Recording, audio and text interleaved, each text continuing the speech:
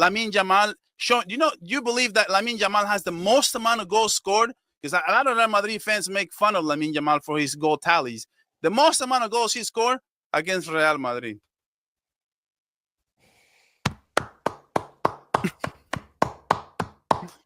But let's bring in Barça Volume and let's bring in Miguel, bro. What are you saying? Hey, Faysal, man. Thank you for the opportunity to be here. I'm so excited, bro. But I'm most than anything excited for all these storylines that are going to unfold in the Clasico, bro. Like, will Xabi Alonso, bro, finally do what he came here to do, which is get Madrid over the hump against Barca? Can he do that? You know what? Also, Arda Güler, he had a great game the other day. Can he show up and show out? Barcelona wanted him. They almost had it closed out, and now he's like, no, I'm in Madrid. I'm going to lead Madrid. Can he do that? Facts. Now, Facts. A lot of people laughed at Rashford when we got him. Can he dunk on Madrid? Does he have something to say about it here? And the last but not least, bro, Lamine Yamal. He went with Ibai the other day, and he said he's going to score. He said he's going to do this, going to do that. He's like, I'm not saying it's going to be 4-0, but it could be. And, dude, that celebration, I know you guys hate that celebration, but he may do it again. So I don't know, man. This is going to be so excited, man. But I'm just eager to talk about the so-called unstoppable Madrid because everybody on my comments is telling me you guys are going to batter us. So, man, let's talk about it. Bro, listen, as you said, there's so many storylines with Madrid, with Barcelona. We will talk about everything. We'll dissect everything. Of course, a lot of my subscribers are new to yourself. If you guys are new to Miguel, his link is currently in the description. Make sure you follow his content. He's real. He's real. I've seen his content for the past month. I think one of you guys actually sent it to me. But Miguel, before when I bring a new person on this channel, I like to ask him one simple question. Two simple questions. Right. The first question I've got for you, I know you're a Barcelona fan. I know you've been in Barcelona for a long time.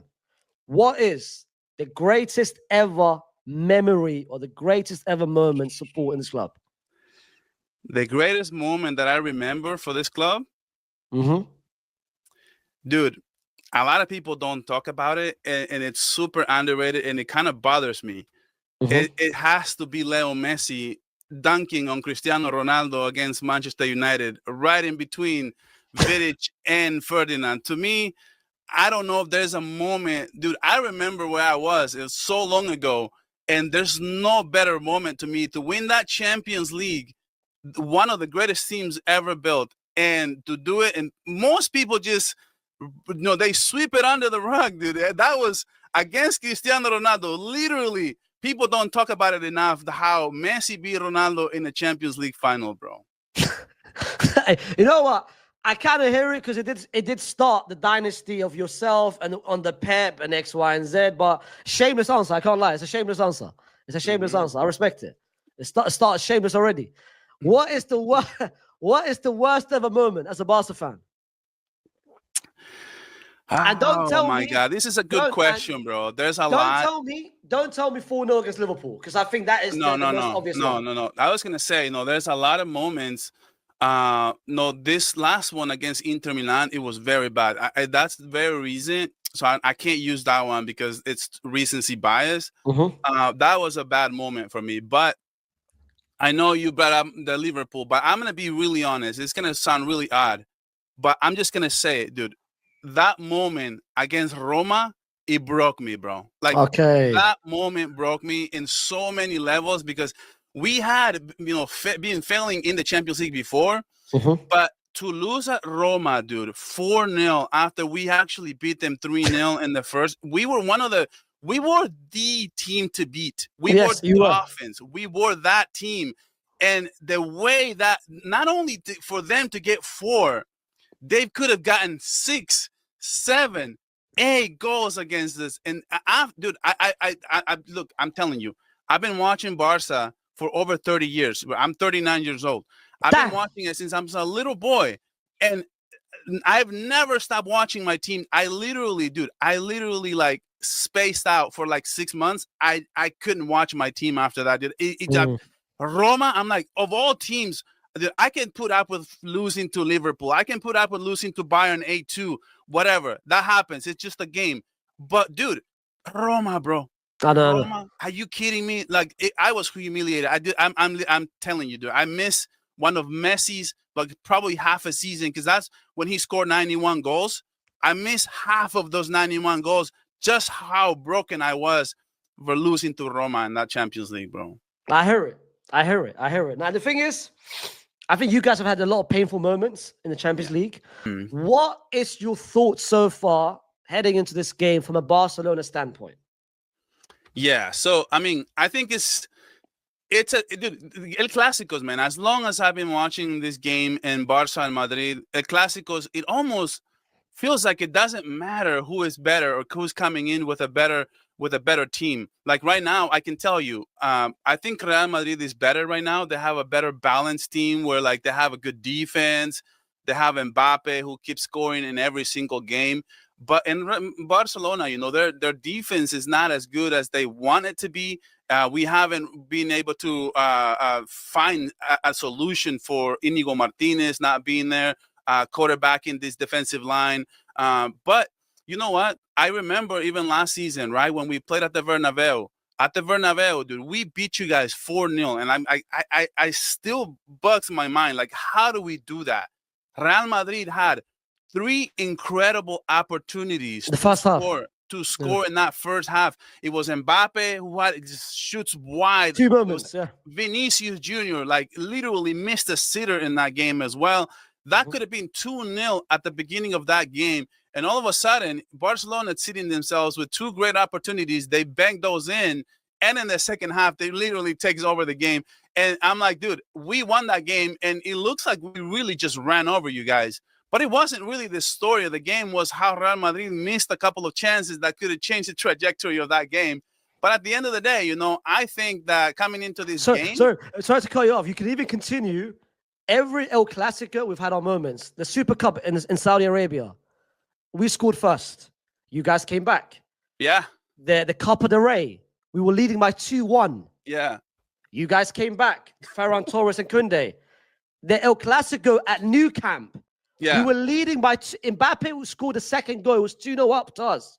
Yeah. So every El Clasico, we had our moments. But yeah. Even the last one, we beat you guys in every fashion. We beat you guys 4-0.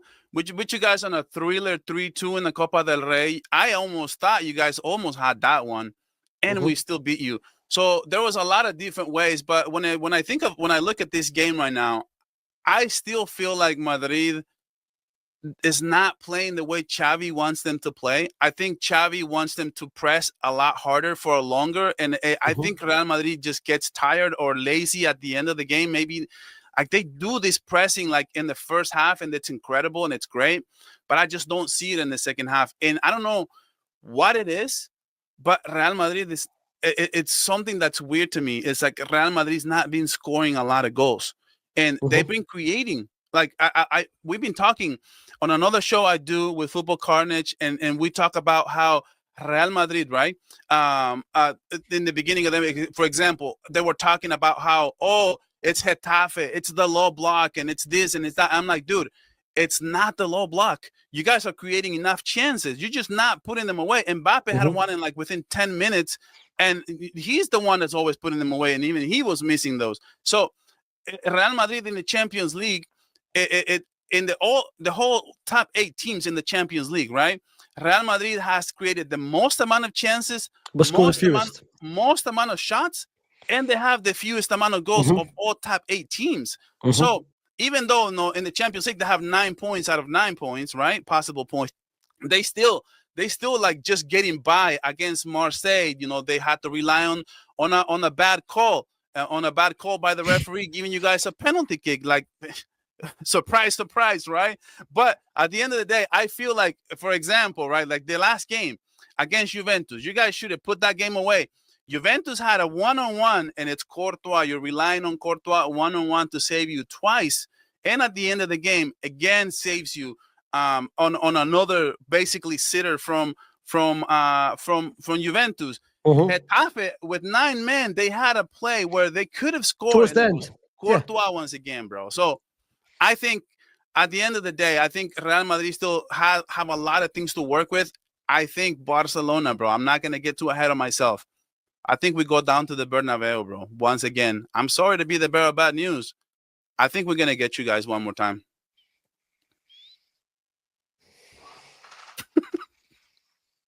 Okay. So okay, cool. Okay. You know what? Okay. I like the confident. I like the extreme confidence you have. Where? Just explain to me. Where is your confidence coming from? Is it coming from last season? Look, or is it coming from what you've seen from Madrid so far this season? A little bit of both. Until Real Madrid shows me, Xavi, you still on the clock, in my opinion.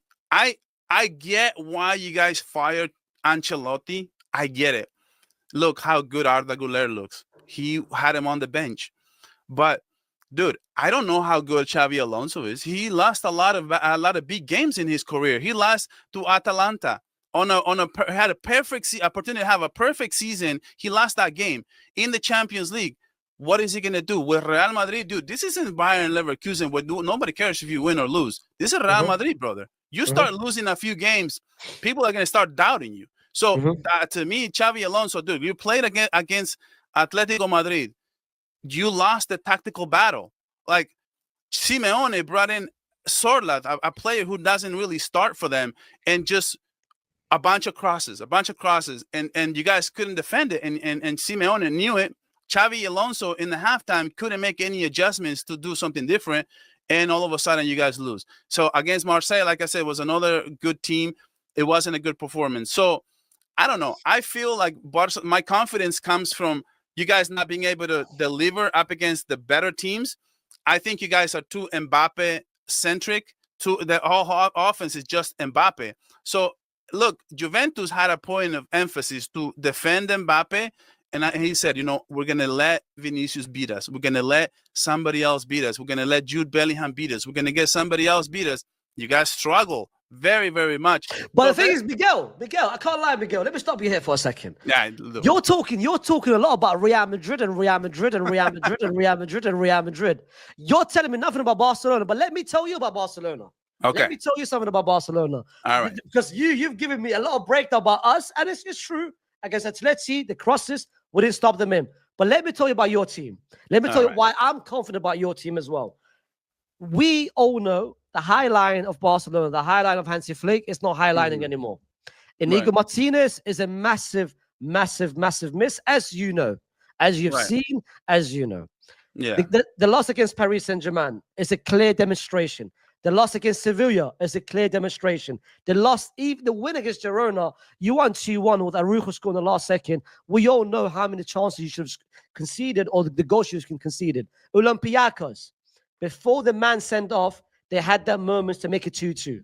So yes, you're talking about we are Mbappe only, Mbappe FC, and you're talking about the fact that Xabi Alonso, this is his final time and his final clock. Bro, don't let me get me started on your team. You're telling me, are you confident defensively?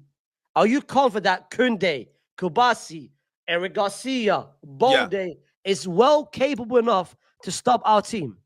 And be honest. Yeah. No, so my prediction was 3-2. I don't think we're going to beat you guys 4-0. I don't think we're going to beat you guys 3-0. I think both teams are going to have success up against each other.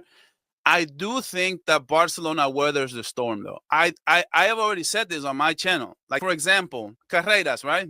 He has had very good success against Lamine Yamal. I didn't want Carreras to come to Real Madrid. I've said this before. And my thing was, okay, Carreras, I like him, but he hasn't been playing great. He's been leaving oceans of space. I don't know if it's by design. I don't know if Xabi Alonso's asking him to go into the midfield, because I see him playing very centrally, almost as he was playing like some sort of a false left back or something like that. I don't know, but he's leaving oceans of space for Kalulu up against Juventus, and I'm like, dude, Lamine Yamal, dude, you guys realize I dare you to play like this against Lamine Yamal. We're not, though. We're not. No, we're not, though. It depends. It's not. It's more in a game. It's more in a game to game. I agree. I made a review about it. I wasn't happy about it. I had a watch along. I wasn't happy with it as well. One thing about this season that I realized about Xabi Alonso, he is very quick and he's very proactive in rectifying his mistakes. I want to talk about a different player now. Yeah. I want to talk about Mr. Kubasi for Barcelona. The same way you're talking about Carreras and leaving space in behind. You said Kunde's not having a great season. Kubasi's not having a great season either. Yeah. No, I know that. That's what I mean. Like, you guys will have success. I feel like this is my thing, right? Look, I feel my offense is going to be better than your offense at the end of the day. I feel like my offense will have just too much speed. For example, that play, that number 9, Blidic, I can't remember how to spell his name. The striker for Juventus. Dusan Vlahovic. Dude, he had one-on-one. Dude, why is he going wide? You need to go in a straight line. And so that Militao can go around you. That was a big mistake, dude. You think Militao can barely keep up with him? Militao is pretty fast. But, dude, a play like that, dude, Rashford is just literally going to smoke him like that. Dude, you cannot allow Rashford on that breakthrough like that, especially Lamine Yamal on the right. If we have Fermin Lopez, the way he's been scoring right now, we have Lamine Yamal showing. You believe that Lamine Yamal has the most amount of goals scored? Because a lot of Real Madrid fans make fun of Lamine Yamal for his goal tallies. The most amount of goals he scored against Real Madrid.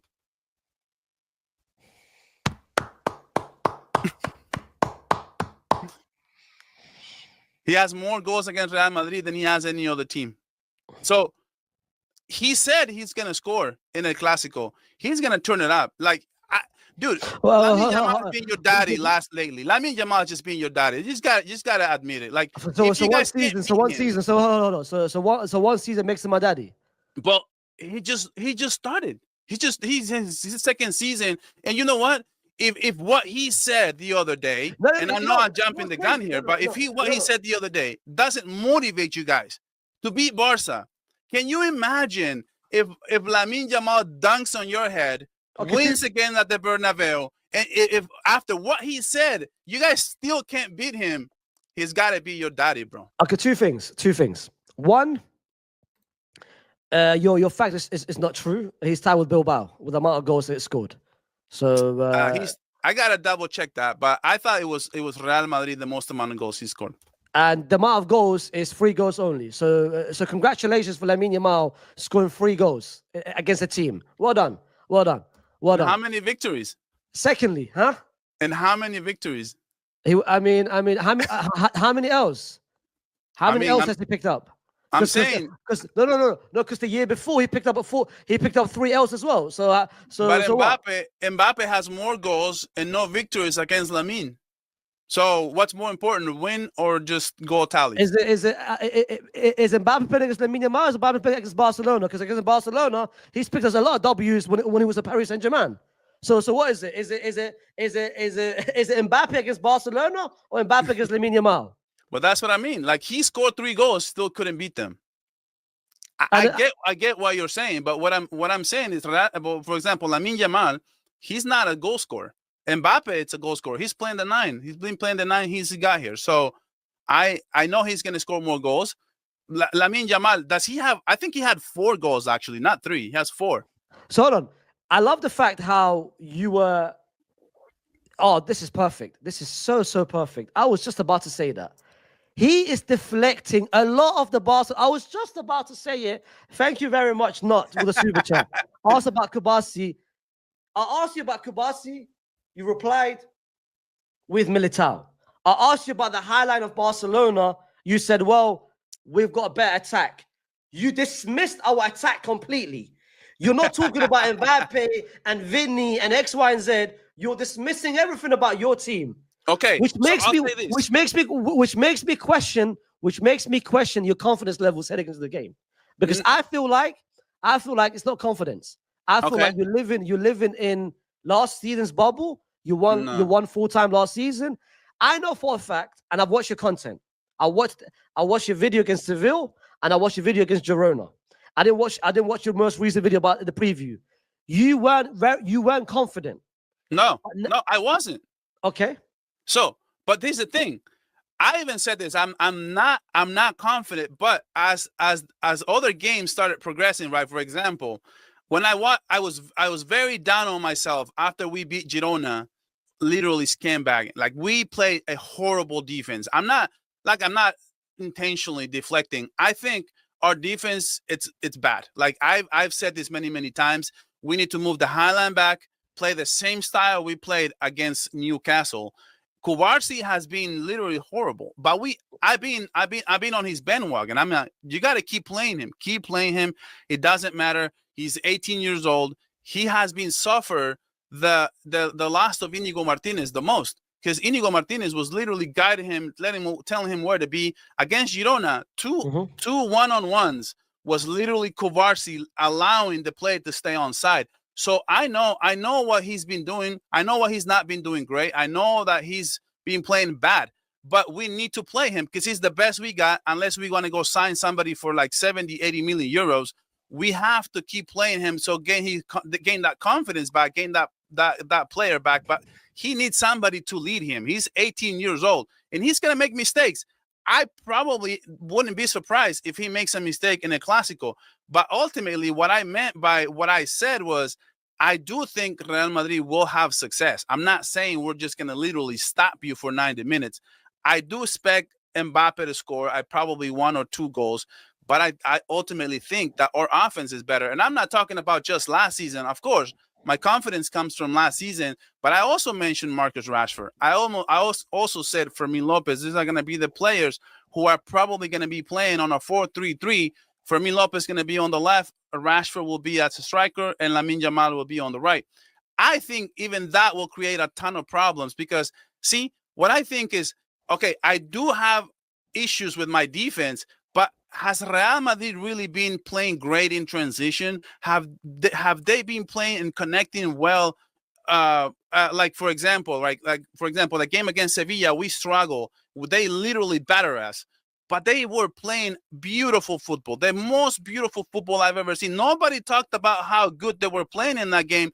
Everybody was talking about how ass Barca was, and it's true, but it has to be a combination of both. Every single goal against Sevilla was team beautiful football in transition, crosses, diagonal passes, and bang, that was a goal. And it was unstoppable. In transition, we scored 2 goals against Villarreal in transition. We scored 3 goals against Kyra. Yes, bad opponents. Yes, you beat Olympiacos, we beat Kyra. Same thing. We scored 3 goals against Kyra in transition. I feel like the thing is, I know what you're doing. I know what you're doing. Okay, what am I doing? You are very, very you're being overconfident. Overconfidence is nice. Overconfidence is nice. Believing in your team is very good. But I feel like you're neglecting a lot of your issues. Okay. And you're disregarding a lot of our props. Let's talk about the first matchup. The first matchup for me is Carreras and Lamine Yamal. And then it's Vinny against Koundé, because Vinny's going to start. Yeah. And I think Koundé will start that game. As much as I hate it, he has to start. Like, he has played great in every game. So who's your back? So who, in your opinion, should be? Forget Hansi Flick. This is Miguel. Who's your back 4 against Real Madrid? Yeah. So against Real Madrid, I have to line up with Koundé. He's the best I got. I kind of feel eager to play Eric Garcia there because I know he will deliver, but I'm just too nervous against Vinicius Jr. But you know what? Okay, you know what? If it's me, I'm thinking of it like if it's Hansi Flick. If it was me, this is what I would do. I would put Araujo up against Vinicius Jr. just like we did last season. I will do that again.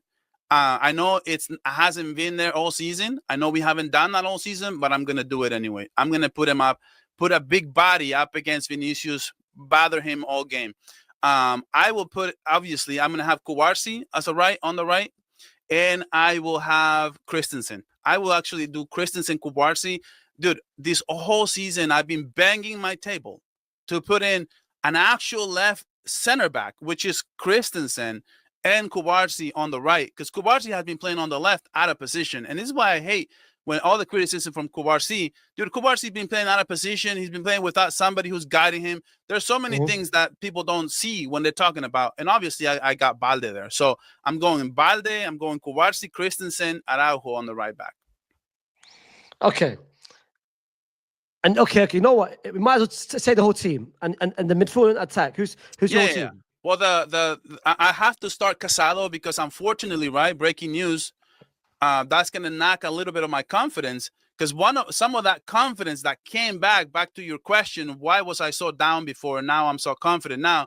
Because the more I saw Real Madrid up against Getafe 1-0, and it's not the low block. It's you guys had plenty of chances to score. You guys are just not scoring goals right now. And up against Juve, you guys have plenty of chances as well. Just couldn't connect. Like something is missing in Real Madrid's attack. Another 1-0. So. And then I'm watching Barcelona win 6-1. Obviously, we had a red card. That red card really helped us get this 6-1 victory. But it still gives us the confidence to go against Real Madrid. Look, we were playing bad when we played Valencia. We won Valencia 6-0. And it gave us confidence to go up against a bigger monster in Newcastle at St. James Park. Now we beat Olympiacos. It gives us confidence. We have the most confidence to go at Real Madrid and say, hey, you know what? We're going to beat you guys too. Because you guys haven't shown that you guys can beat us. Why would I not be confident? We beat you guys 4 straight. Why would I not be confident? What have I seen from Real Madrid? Hold on. I feel like that's lazy because I can say the same thing about 2 years ago. 2 years ago, we beat you every single game. And I could go with the same mentality. But we had a new, I know. I know what you're saying. Okay. Well, you had a new manager. What? You had a new manager last season. Yeah. You guys have a new manager too. But what happened? What we were beating every single team 5-0 before we played you guys last season. Did you see the difference? How you guys are playing now and how Barca was playing before we played you? The same difference that we, as of right now, as of today, have conceded 54% less goals than last season. So yes, the same way you're saying about, bro, it's basically back and forth because 2 years ago we beat you every single game. You got a new manager, you became better. Yeah, Hansi Flick is better than Xavi. You beat us 4 times this season. No Carlo Ancelotti. We've got Xabi Alonso. We are better defensively than last season. You're not going to score 4 goals like last season. You're just going to score the same way. I never thought I was going to score 5 goals because people keep forgetting we beat you. We scored 4 goals against you 2 years ago. Vinny, you're talking about Lamine Yamal scored 3 goals against Real Madrid. Vinny scored a hat-trick against you guys. Yeah, but and that Vinny is gone. Huh? That Vinny is gone. What? 9 months is now gone. He has been playing good, bro. He hasn't been playing good. So what? So 9 months is okay to disregard a player for 9 months. I just feel like that version of Vinicius Jr. to me, ever since Mbappe got here, it's like he stole his powers.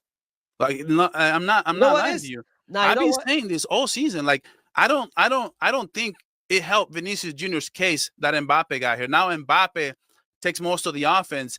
And it just literally, like the Vinicius that we all know, it hasn't been showing with Mbappe at all. So like, okay. Describe Rashford's season so far this season. What has it been from 1 to 10? Describe what? Rashford's season from 1 to 10. How has it been?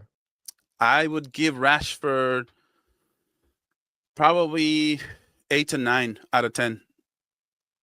And describe Vinny's season so far this season. Vinicius Jr. this season. Wait. 8 to 9? Rashford's having a 9 out of 10 season. Well, it's because in terms of expectation, bro. Like he was supposed to come into this team and just be a bench role player. He's been starting every single game, scoring the most important goals. Like we scored against Newcastle, 2 bangers, bro. Like what letter grade you want to give Rashford? Rashford has been. Wait. If Rashford is a 9, what's Mbappe? With my eyes closed. Wait. If Rashford is a 9, what's Mbappe then?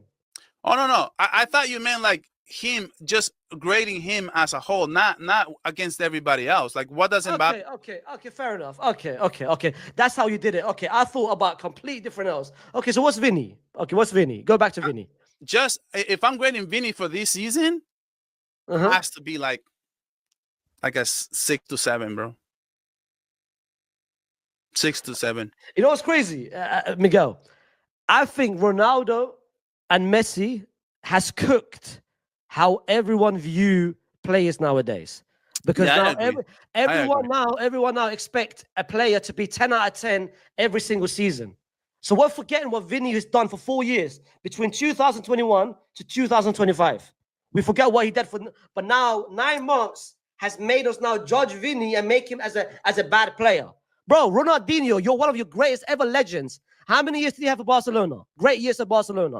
It was only 3 years. But I think you're But we never talk about Ronaldinho. no, but I think you're missing one thing, Faisal. Huh? You're missing one thing. Okay. It's when we're grading somebody, we're grading them up against themselves or a better version of themselves. For example, when we're grading Vinicius for what we know him to be, not for what he's doing right now. So we know the kind of level that he has. So we're grading him up against the level that we know that he has. So I know what you're saying, and it's true. We looked at the tallies, right? Because I know where you were going with this. You were going to tell me that Rashford and Vinicius Jr. have the same amount of GAs or goals. No. Bro. One thing about my content, I'm not a GA guy. I was never going to bring on Vinny's GAs compared to Rashford. I find it a bit different. It's double standards. Because start of the season, Rashford wasn't great. Start of the season, Rashford missed chances. Start the same way you talk about Vinny and Mbappe. Start of the season, Rashford was missing chances, wasn't scoring. One game against Newcastle, it made him like this. Rashford hasn't had 2 months. Rashford has had 1 month. The Newcastle game was mid-September. The season started mid-August. So don't tell me Rashford has... I don't understand how you can be a 9 after 1 month. And that's what I said in terms of expectations. Like when Rashford came to this team, people were calling him Trashford. People were calling him Trashford. Madrid fans laughing at us for getting Rashford on a loan. So when I say a 9 out of 10 is in terms of what we expected him and what he's delivering. He's literally carrying the offense for a couple of days, for a couple of games. Rafinha hasn't been here. Can you imagine if Rashford was pulling us stinkers right now? Where would we be?